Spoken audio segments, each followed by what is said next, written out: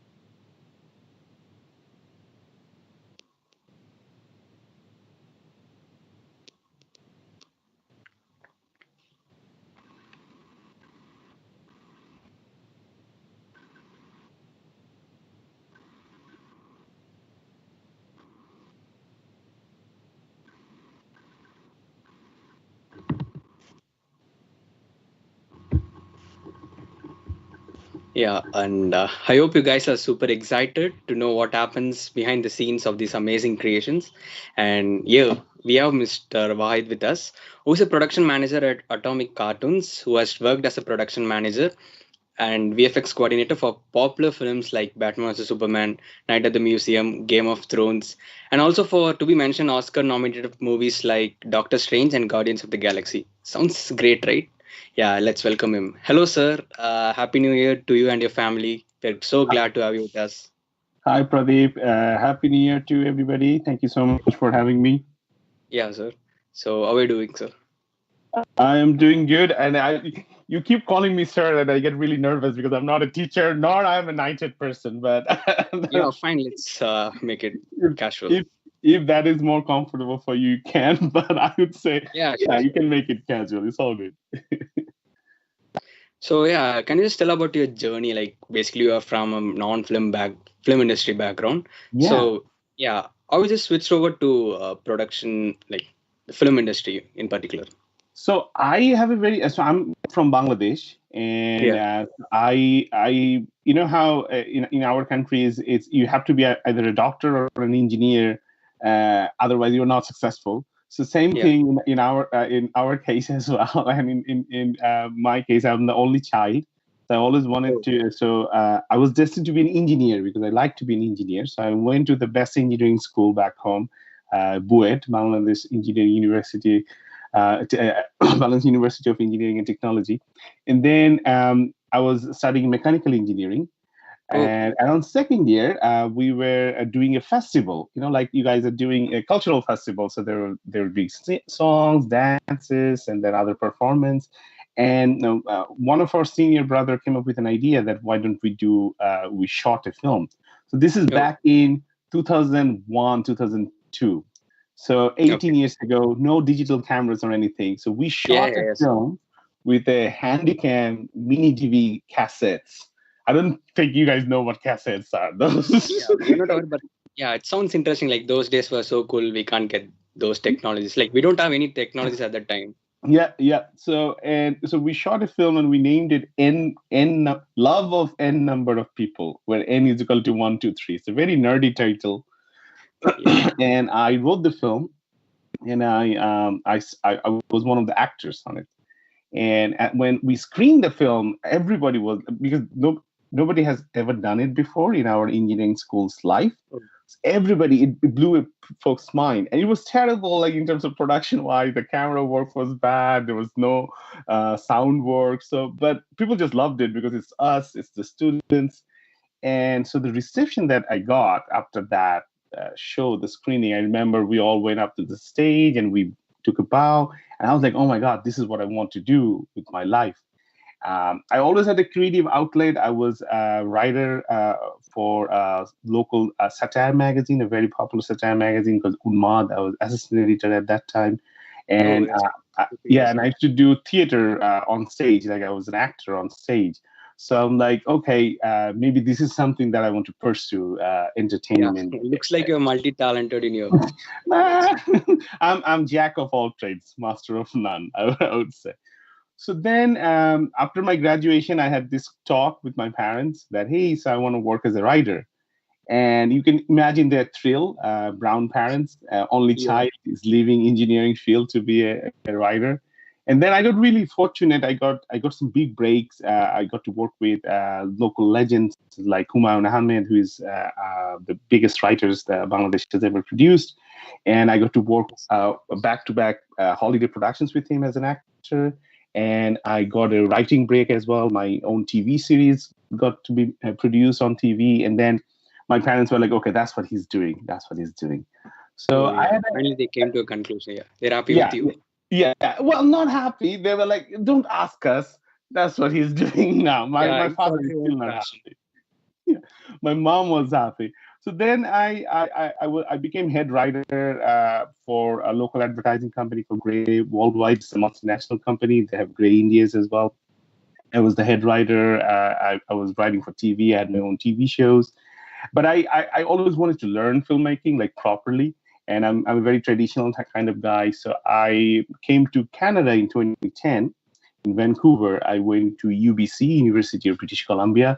I did a second bachelor degree in Oh, film production. Yeah, and then after graduation, I was looking for jobs. And Vancouver, at that time I didn't know, but Vancouver is known for its VFX and animation hub, okay. and they were the studios that were hiring international students like me after graduation. So then I got myself into a studio called Burdell, and they're the studio who works on Rick and Morty. So my first work in animation as a production assistant was for Rick and Morty Rick and Morty. Yeah. in season one. So that's how the whole switch happened. Yes, sir. So yeah, your journey was really amazing, and yeah, can you just tell about what you do as a production manager? Yeah, Your role sure. So, specifically. yeah, absolutely. I know people get a bit confused because when you think about VFX animation, people think that is that all artists, everybody's an artist. Not necessarily. So how the jobs are defined is that there's a category for technology. So whether it's like hardware support or software support or coming up with new tools, like developing new tools that will help a production and then create something more efficiently and more Mm. accurately. So that's the technology side of it. And then there's the artist side of it, who are the people who actually do the work, who are painters, modelers, animators, lighters, compers. So these are the artists. And then there's us, who is the production.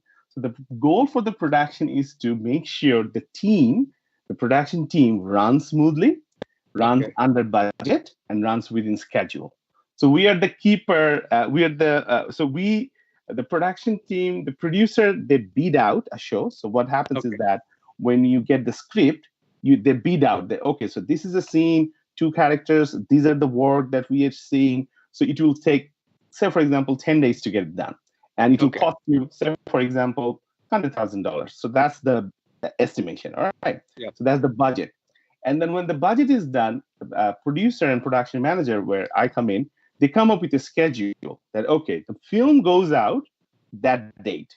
So you do the back calculation when you need to deliver it by. So when this needs to be done, when this needs to be done, when this is to be done, and you do the back calculation and how you plan it out, that this is how I'm scheduling the whole thing. And then once the schedule is done, it's up to production manager and production coordinator to make sure we hit those dates. So say, for example, you have quotas. Like in Okay. animation, this week needed to be done 25 shots. But if you only did 20, so the 5 shots that you were behind, you have to make sure that you catch up on the next week. Otherwise, you'll fall behind. Or you find out a plan that, okay, maybe we need to do some overtime, or we need to do some weekend work to make sure we hit those deadlines.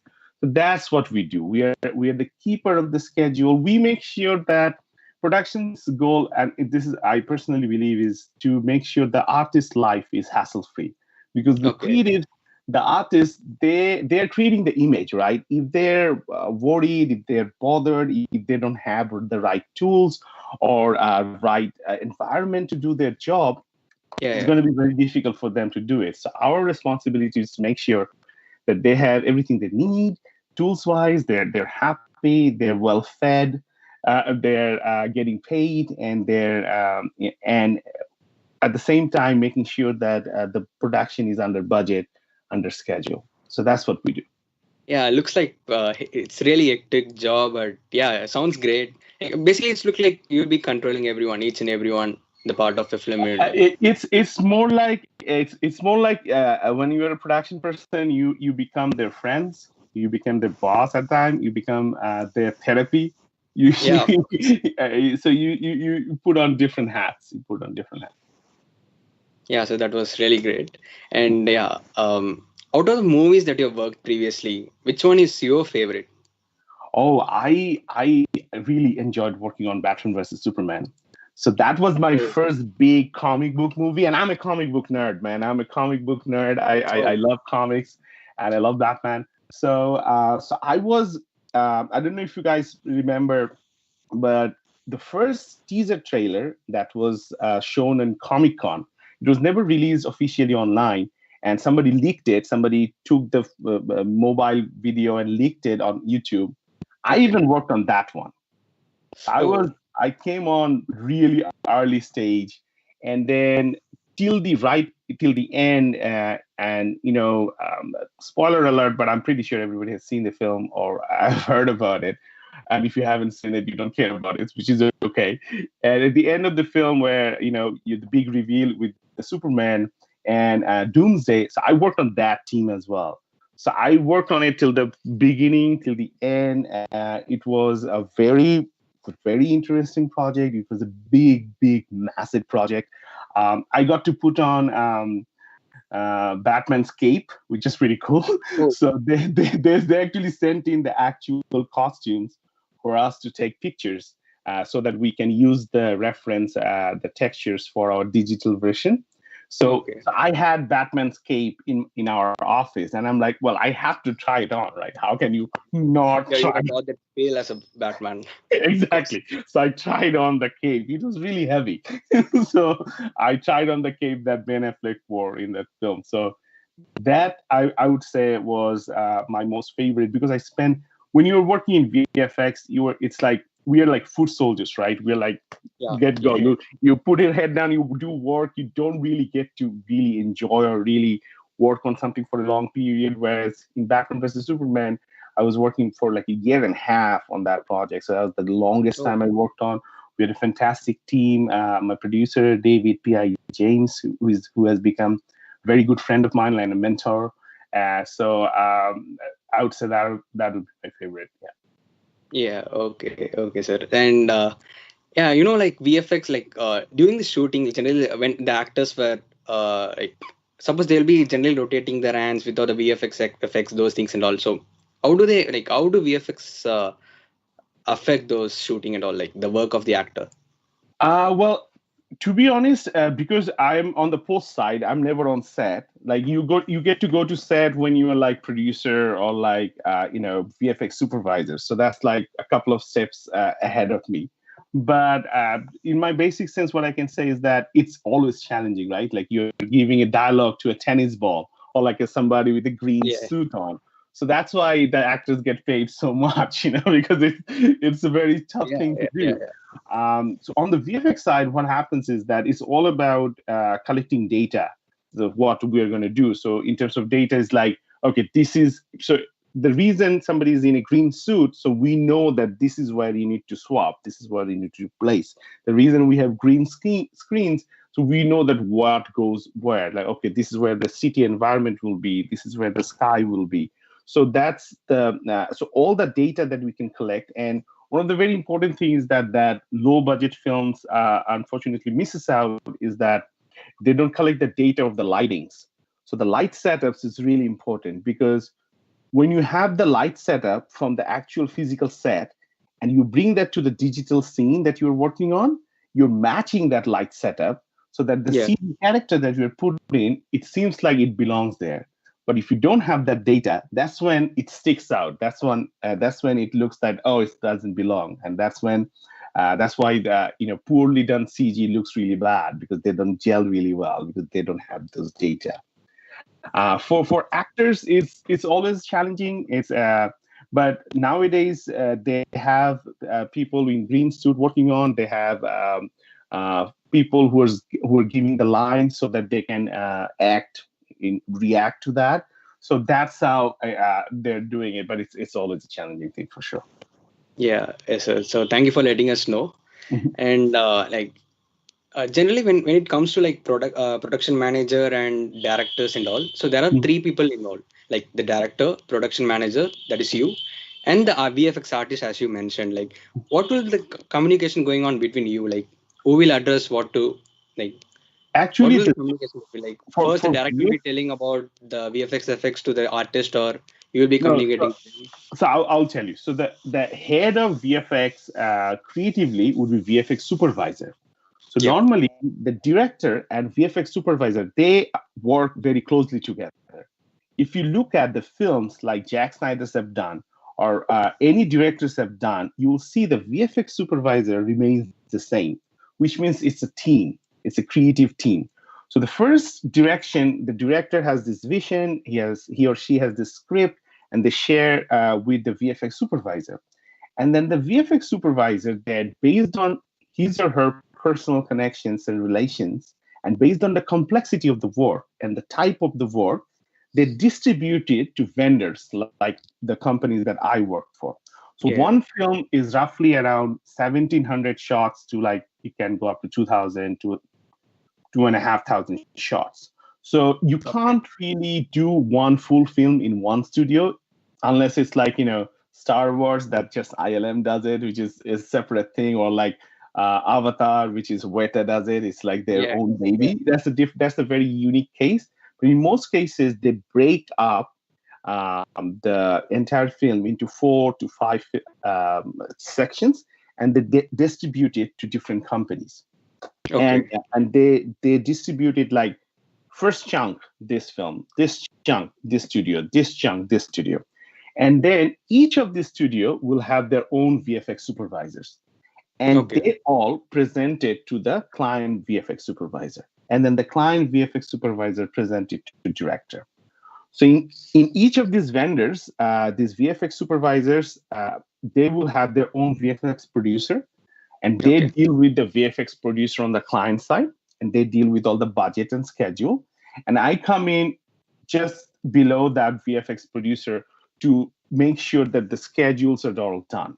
So we know Okay. that, okay, this movie is coming out in Christmas 2022. So, okay, you do the back calculation. When does it need to be delivered by? It needs to be delivered by December 2022. Okay. So how many Okay. shots we have? We have 500 shots. Okay. How many shots we have? 2D only, 3D only. So types of shots, types of complicacy, types of the assets that we're working on, that helps us determine how we are going to schedule the show and how we're going to plan it out. And then Yeah. based on that, so And those things will be done by you. the schedule, yeah, the schedule part is done by me. Yeah, schedule part is done Okay. by me. It's a team effort. You can't really say that, it's Yeah. Yeah. me, but it's all a team effort. And the schedule part is mostly done by the producer. So the client will be like, we need this done by December. All right, cool. So then it's on to vendor side that how we will plan it out to make sure we get it done by December. So that's what when we come in. And good VFX supervisors, even though they're creative, they also have to have the schedule in mind, because they know that they cannot be too picky about it. They have to be sensible. On the Yeah. other hand, a good VFX producer or a good VFX production manager needs to have the understanding of the pipeline. So they cannot be like, oh, this will take 2 days. No, if this is like, 10 different things to do, you cannot say just 2 days. So you have to have understanding of that. And it sort of balances out like that.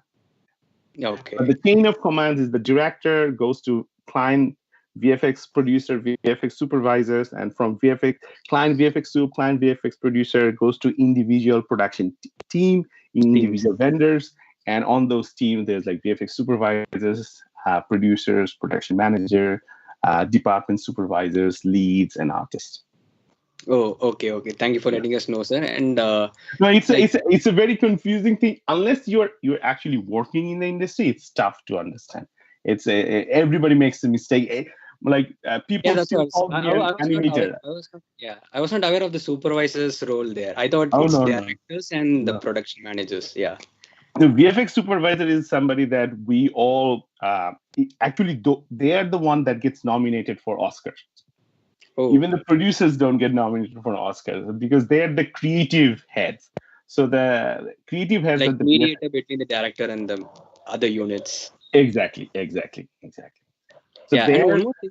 they Yeah. basically fulfills the dreams of the director. That okay, director has this vision, and VFX supervisor will make that vision into reality. To happen.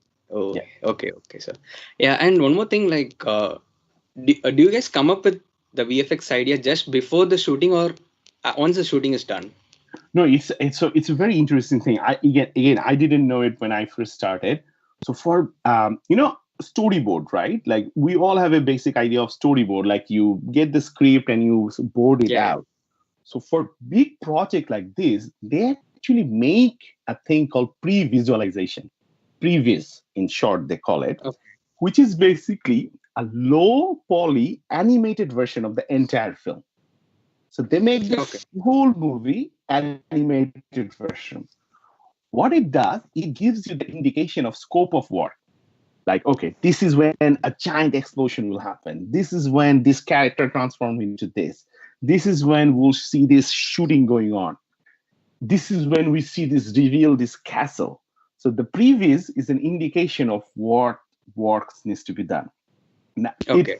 it used to be a time where people would just read script and beads on it, but nowadays it's mostly for especially for big production. They do the previs. There's like separate companies who does it, and you will get the previs. And after watching the previs, this is before shooting started. So shooting hasn't started Okay. Okay. Yeah. before shooting started. So you get the preview, so you get an idea and you start bidding, and then the filming starts happening. When the Hmm. filming happens, when the filming is done, they do a version of the previous, which is called post visualization. Okay. What it does, on from the previous timeline, it replaces the film that's been done, the character that you shot, the location that you shot. It will change it, but it will Yeah. keep the things that needs to be done in CG gray shaded model. So you know that okay, that's the work that needs to be done. So that Okay. when the post vis is done, that's when you know that okay, this is the work that we have to do in this show, and that's when it starts to get distributing to the vendors, and that's our indication that okay, this is the work that we have to do, and then we bid it out, we send out the bids, we get the budget approved, and once the budget gets approved, we get a thumbs up to start doing the creative process. So Okay.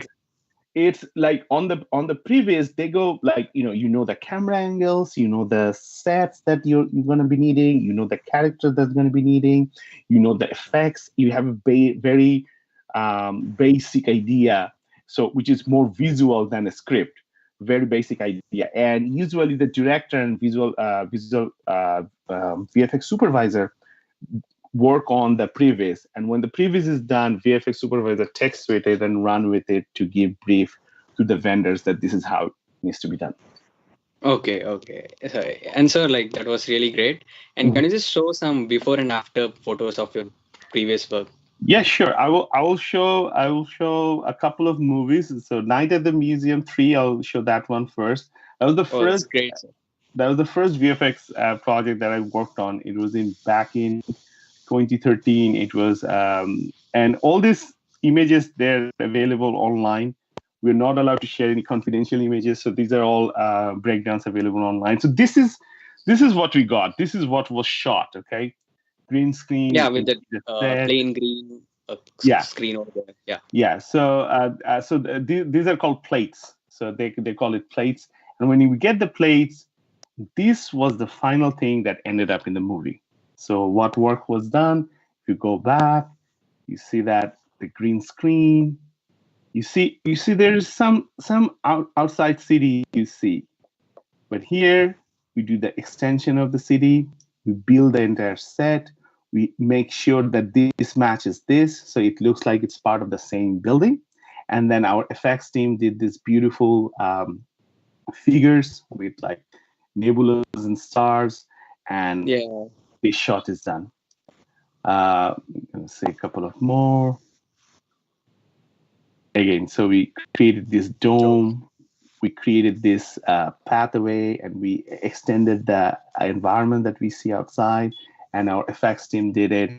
So um, see, this is the set that we get, and what will happen is that the VFX supervisor will be like, okay, so we need an extension. So this is a set extension, and different studios does things differently. Some studios, this extension will be done by modeling team, like asset team.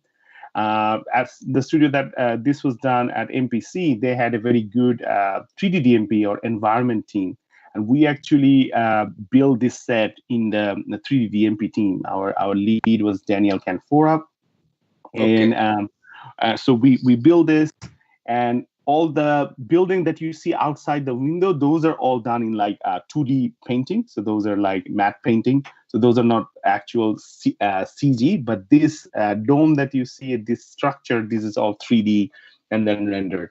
And the FX team comes in. FX team does this beautiful tiger or lion here, and then lighting team does the whole lighting for the entire shot, and then compositing team does the composition. A few other things. So see, there's some people in gray suits, and you'll see they get replaced by animals, ostriches, and you'll see that there are some um, there are some missing elements, and then you'll see those gets filled. Like there's a zebra here, there's moose here. So this was a very fun project because there's lots of characters and lots of different things. I'm gonna go. So see, this is another sequence, and see these are all actors. And then when you go to boom, so this is the final thing that ended up in the in the movie. So you see, we extended the whole museum. Do you see my cursor pointing? Yeah, So it's visible. okay, so I'm so just this, wondering, it's really great, like just a plain thing into something really great. Yeah, it's yeah, it's I just couldn't imagine how technology has improved. yeah. Oh my God, it's remarkable. So see all these extensions for set. There's a mammoth, and it's all these animals that got included. The FX team did this beautiful pass. So I was for this show, I was part of the environment and asset coordinator, so which was pretty cool. So I get to see all these sets and characters come to life.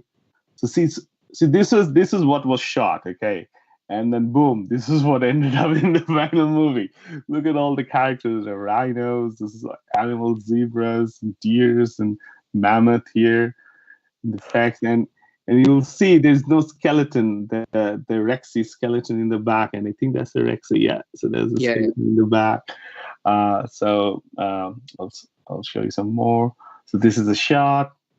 This is what we were given, and this is what we did. So this is assets, all these creatures, and these creatures they are all based on existing artifacts from different museums. So we were given references, and then we worked on those references. So VFX. So the asset pipeline works in a way. So there's modeling, which is the first step. You build it up in Maya. You do the modeling, and then you do texturing. Texturings are these details that you see. Texturings are okay, the yeah, details that you see. See those details? So these are done in texturings. And then comes the look dev part. So the look dev is, so you made this elephant, you added all these details, but what is this elephant made of? So you can see that this is sort of like a porcelain Yeah, glass-like feel. So that's what Luke Dev does to make it what it is made of. Is it made of wood? Is it made of stone? Is it made of glass? So that's what Luke Dev does. And this is okay. how these are the steps of an asset pipeline. So there's again, see, there's some placeholder dancers here who gets replaced by this Devi here. There's a centaur.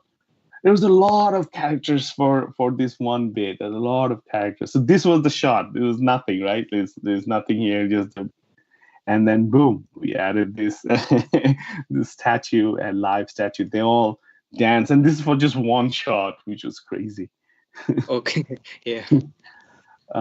So this is again, this was what was shot, and this was a huge asset that we worked on. Boom, the Okay. giant, So, giant. yeah, can you just go to the previous one? Like, Yeah, oh, okay, yeah.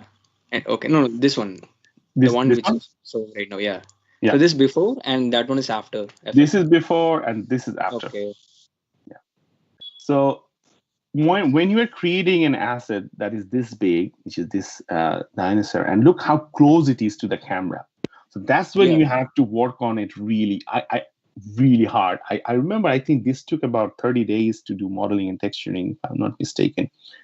Oh, But the reason it takes so long, because when it's so close to the camera, if your textures are not done properly, it will look like grainy and it will look like fake. yeah, it's so catchy. Yeah. Yeah, it's so the bigger an object it is in front of camera, the closer it is to the camera, the more detail it needs to be done for that CG object. So see all this work. I remember this took a long time to get done, but it looks fantastic. So this is what was shot, and this is, see, the T-Rex is here. This was a fun shot. So this is what was shot, and then we added these heads for this fun gag. Uh, and this was what was shot again, and then boom, this is what was added to the whole thing. And then Yeah, it looks fascinating. So it is fun. yeah, It's not glamorous. People misunderstand that, oh, it's a very glamorous job. It's not, but it's very rewarding, because at the end of the day, when you work something and you see how beautiful it looks, look at this. This is like, all yeah, right, exactly. and then boom, you see all these wonderful creatures here, and you see people's reaction to them. That's when it feels good. That's when, all those long hours that we do, normally 10, 12 hours a day, even more. It gets like, okay, all right, we're doing something fun. All right, I'm going to show another show that I worked on. This is Batman vs Superman, and I'm going to start with after pictures for this one.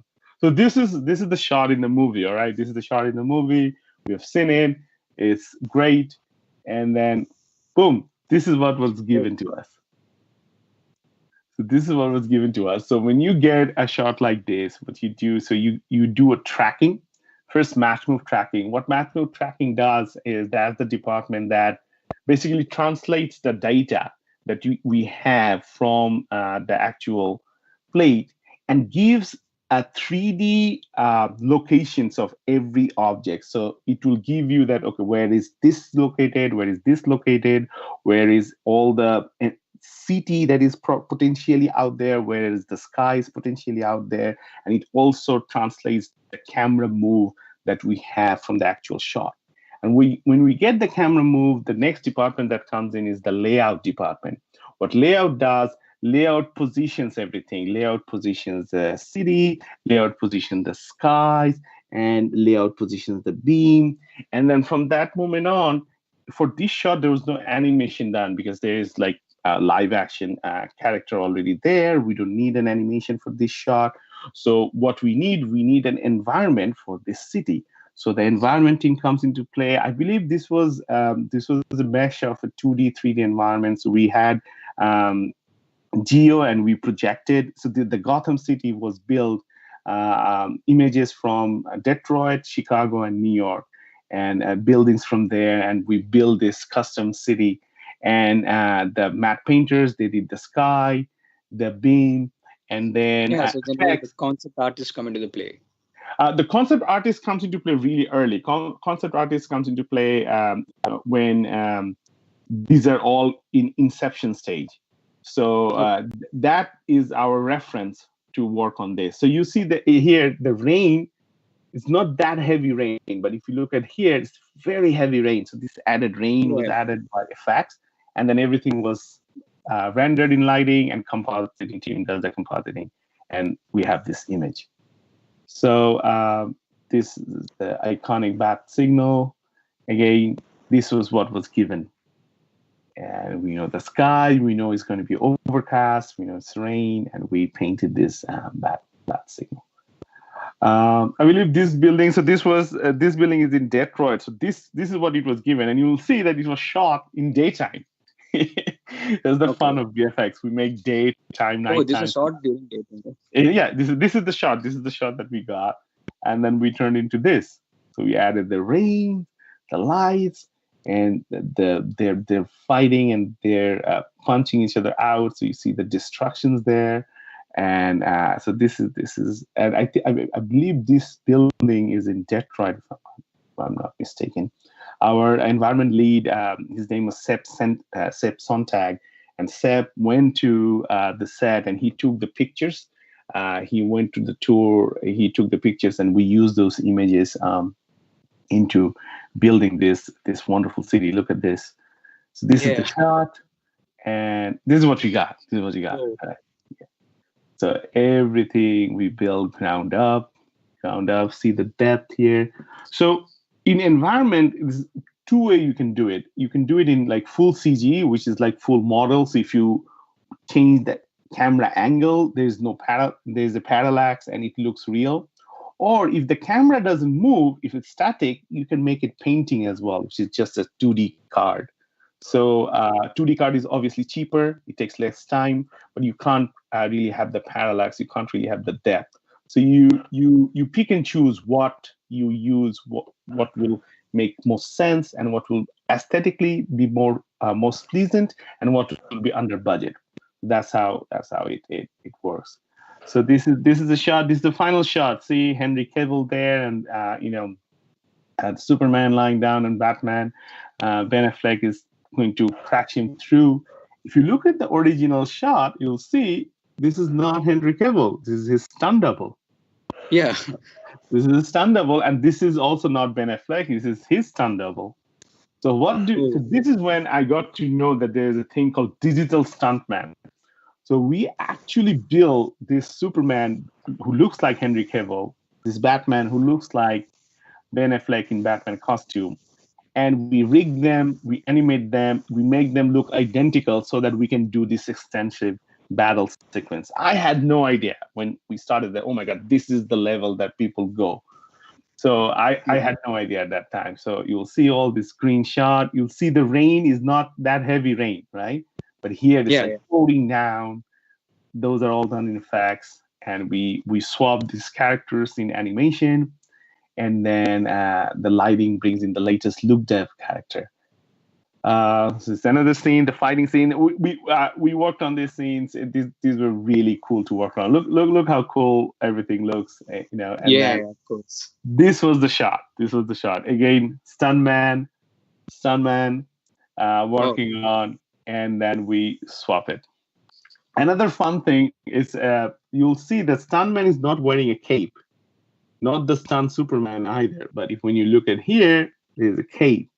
So there's a separate department which is called the cloth department. At MPC, it was called tech animation. So okay. so this team comes in after the main animation is done, and they work with there's like two department. It's a hair or hair and fur. So they deal with all the hairs and furs that is needs to be done digitally, and the other department does is cloth dynamics, cloth animation. So, Okay. say for example, Superman here is moving his arm. This is a digital character. That movement is done by animation. But any interaction of this character is having with this cloth, that is done, and how the cloth is reacting, that is done in cloth animation, so Cloth that animation. it Yeah. becomes more real. That's why Yeah. when you see the low budget animation, or if you see like low budget TV animation cartoons, you will not see them interacting with the clothes because they don't have the budget, they don't have that timeline to do it. But here Mm. you'll see these things flows for Batman as he lands, as if it's very natural. But it's made done natural, and there are actually people who are working on it to make it look nice.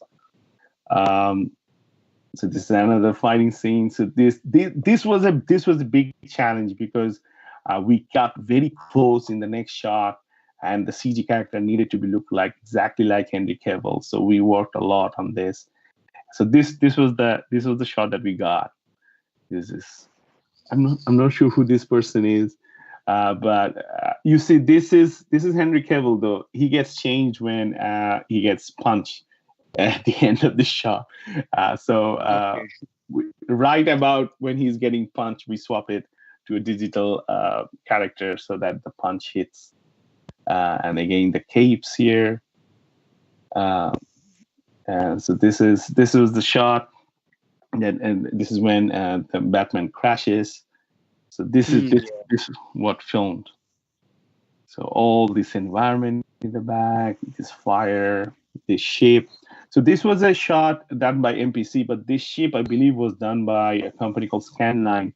So often or not in VFX, when you work in multiple vendors, you share assets. So they build this, and we got it from them, and we make sure it works in our studio, in our pipeline, and we integrate it in our scenes, and that is a very common thing.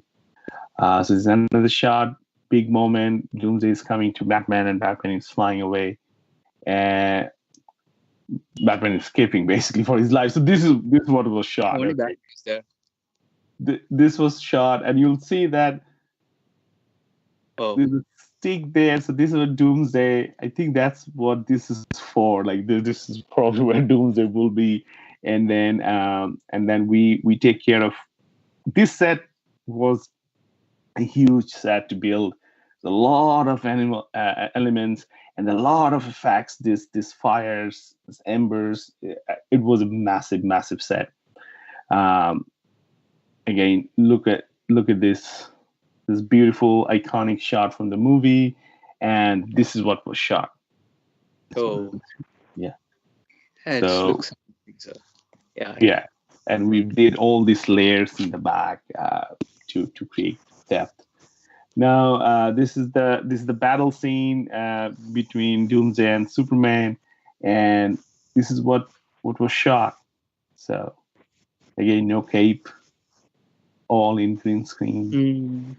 green screen, and then boom. Yeah. So this is the Doomsday again, a CG character that comes in very close to this screen. So it has to be feel really real and really good. So it took a lot of time to get this done, a lot of back and forth. Yeah. So that's about it. Yeah, it was really fascinating. Like you showed the before and after works, which we would not know if you were not here at this moment, then we would have not been aware of that. So Yeah, thank you for it's showing it's no, it's actually when you're watching a movie, it's hard for when you're an audience to know the work that went behind. But the thing about it is that if it's not done right, you'll be like, oh, I didn't like it. That's the yeah, our until you entire get that goal. satisfaction. Yeah. Yeah, our entire goal is to make sure that the audience doesn't have that feeling. And the good VFX, it's the VFX that seems seamless, like it Mm. seems real. That's the challenge, that it has to be real, that it has to flow with everything. Yeah, and to do all this, you'll be using certain softwares. Like each Mhm. softwares will have different uses. Like how Yep. will you use? What time you will use with software? Is there anything So, like that? so Maya is that mostly used. So Maya is used for animation, is used for building assets. So all the studios that I've worked on, everybody had Maya pipeline. There are some studios that are using blenders now on the side. There's some studio that has 3D Studio Max pipeline, but it's Maya that is mostly used. For Yep. anything effects, anything fire, anything rain, anything splash, explosion is done in Houdini. Houdini is a very it's a new software. It's a complicated software to learn, but it's a very like if you're a Houdini artist, you'll always have a job. It's a very Yeah. lucrative Okay, so career. it's not like you'll be using only one software for No, a no, movie. no, no, no, no, Oh, no, no, no. It's different. yeah, And for that each scene new you'll be using different softwares. Yes, yes, yes.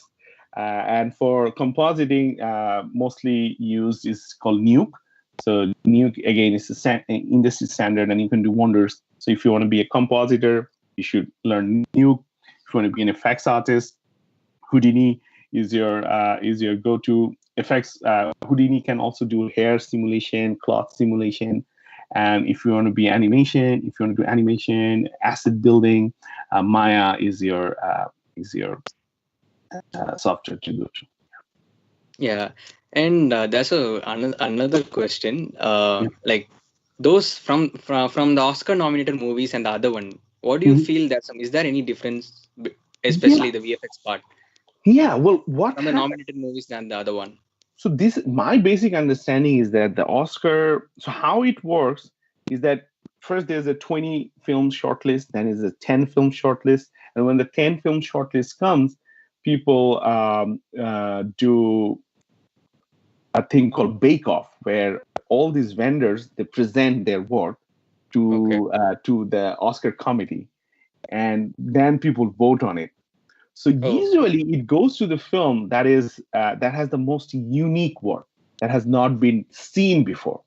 So the first nomination Oscar nominated film that I worked on was Doctor Strange, and Chad, our VFX soup, and Todd, they went to Nepal during filming, and they had all these references, and we did the oh, sequence.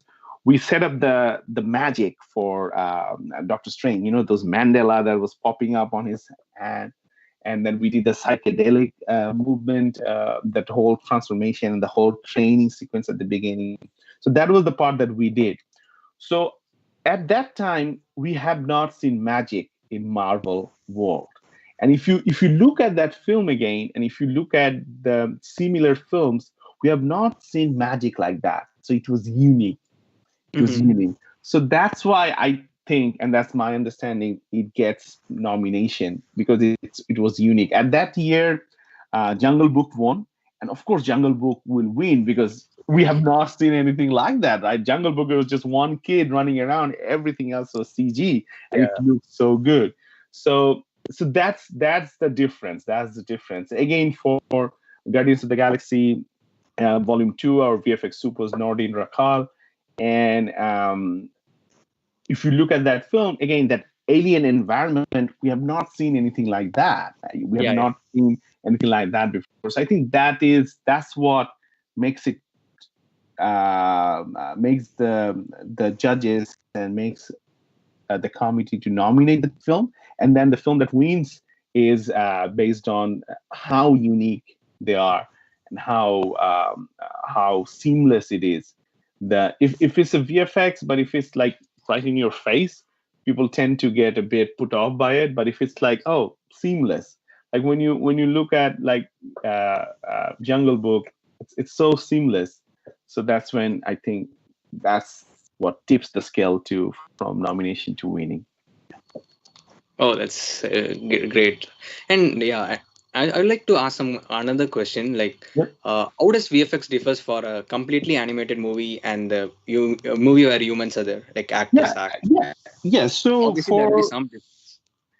for live action, obviously we get the shot. So when we get the shot, like you see those green screen shots, so there are some steps that needs to be done. So to prep for VFX to actually start. At the beginning, there's a match move and tracking that needs to be done for the camera and to get the data for the downstream department to get work on. And also for live action movies, there's departments called rotoscoping and prep, which preps the shot for compositors to grab it and start working on it. So these extra four departments, that's right away is different from any animation. Animation is like you're working everything from ground up, Whereas in live action, there's a reference. You have to match the reference. You have to make sure that the data that for the lighting and the setup and everything from on set translates to the digital world, because that's when it will seem seamless. It will seem correct, accurate. Yeah. Whereas in animation, you have a bit more freedom to set up the look and style. And animation basically start straight away from animatic, and we get the storyboard animatic, and we kick it off with the design team, and we kick it off the asset team, from design to asset team, and then the shots. Whereas in live action, we get the previs, and then based on the previs, we know the scope of work, and then we get the post vis, and then we start working. So that would be the differences. Oh yeah, that was really great.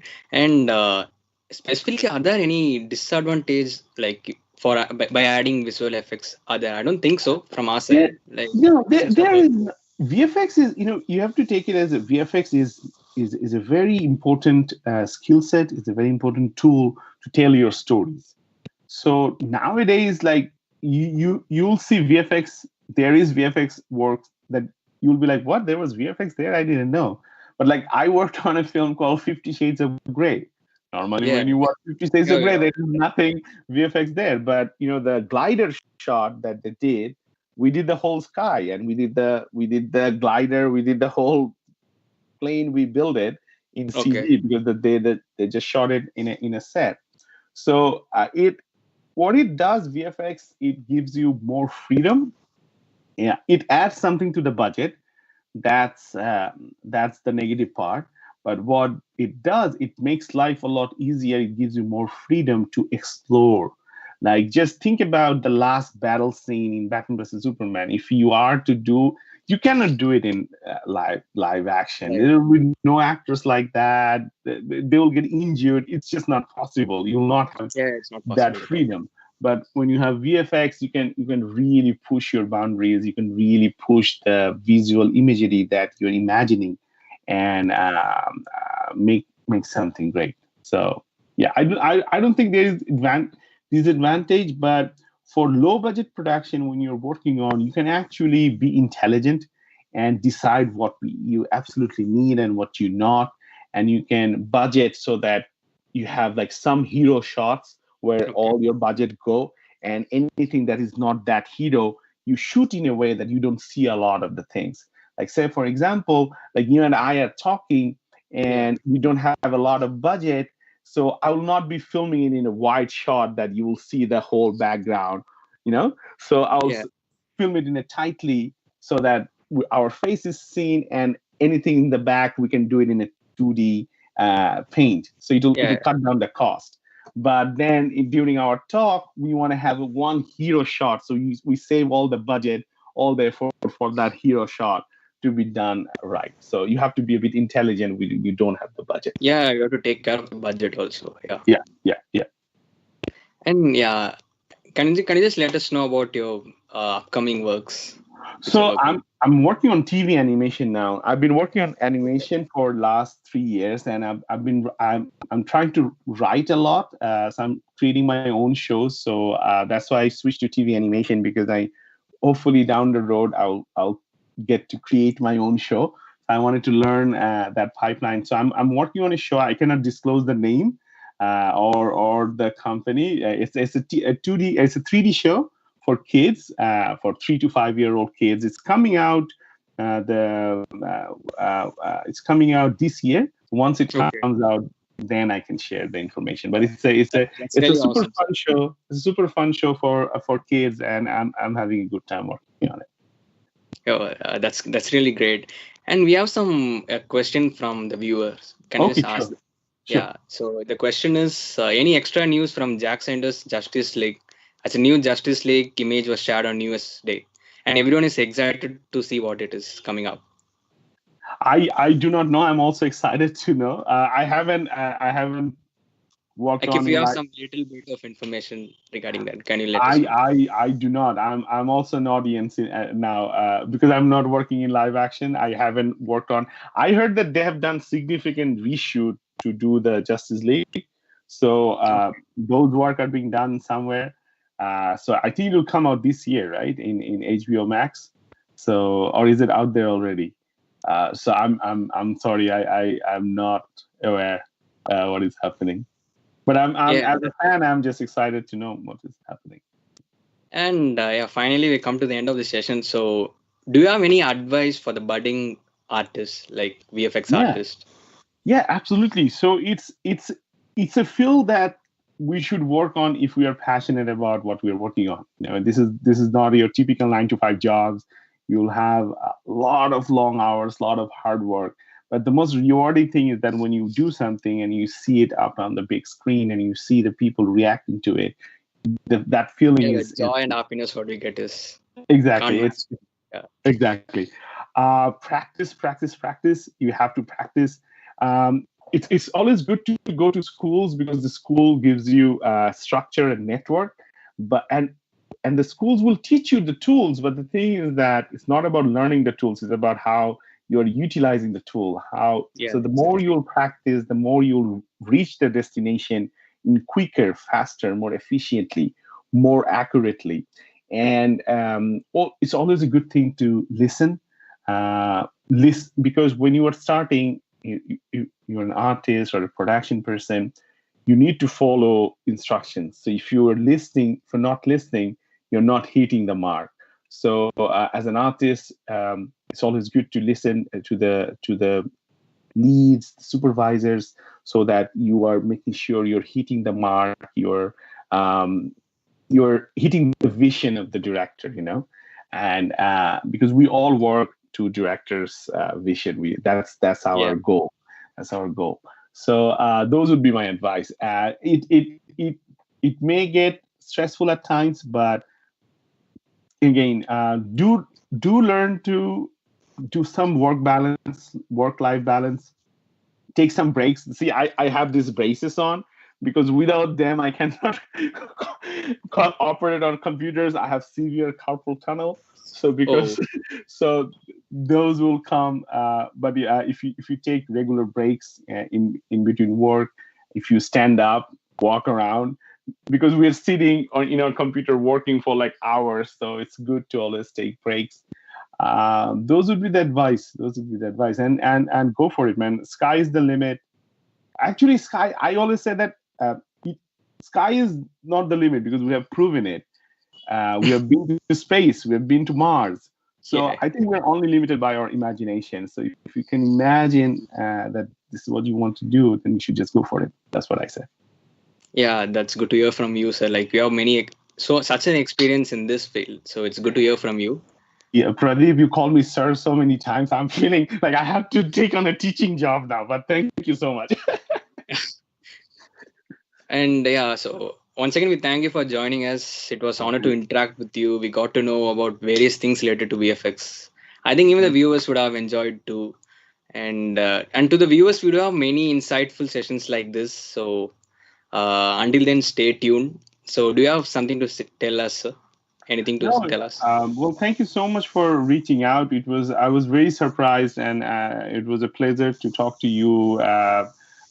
And thanks for accommodating to the time and schedule. And it's been great. And best of luck to all the future VFX artists and VFX workers out there, the VFX workhorse. So yeah, Yeah, and yeah, thank you. Thanks a lot, sir, for joining us. thank you. We'll meet you. Okay, sir. Bye, sir. Bye. And yeah, guys, for the viewers, so stay tuned. So this Pradeep Mohan signing off. Bye bye.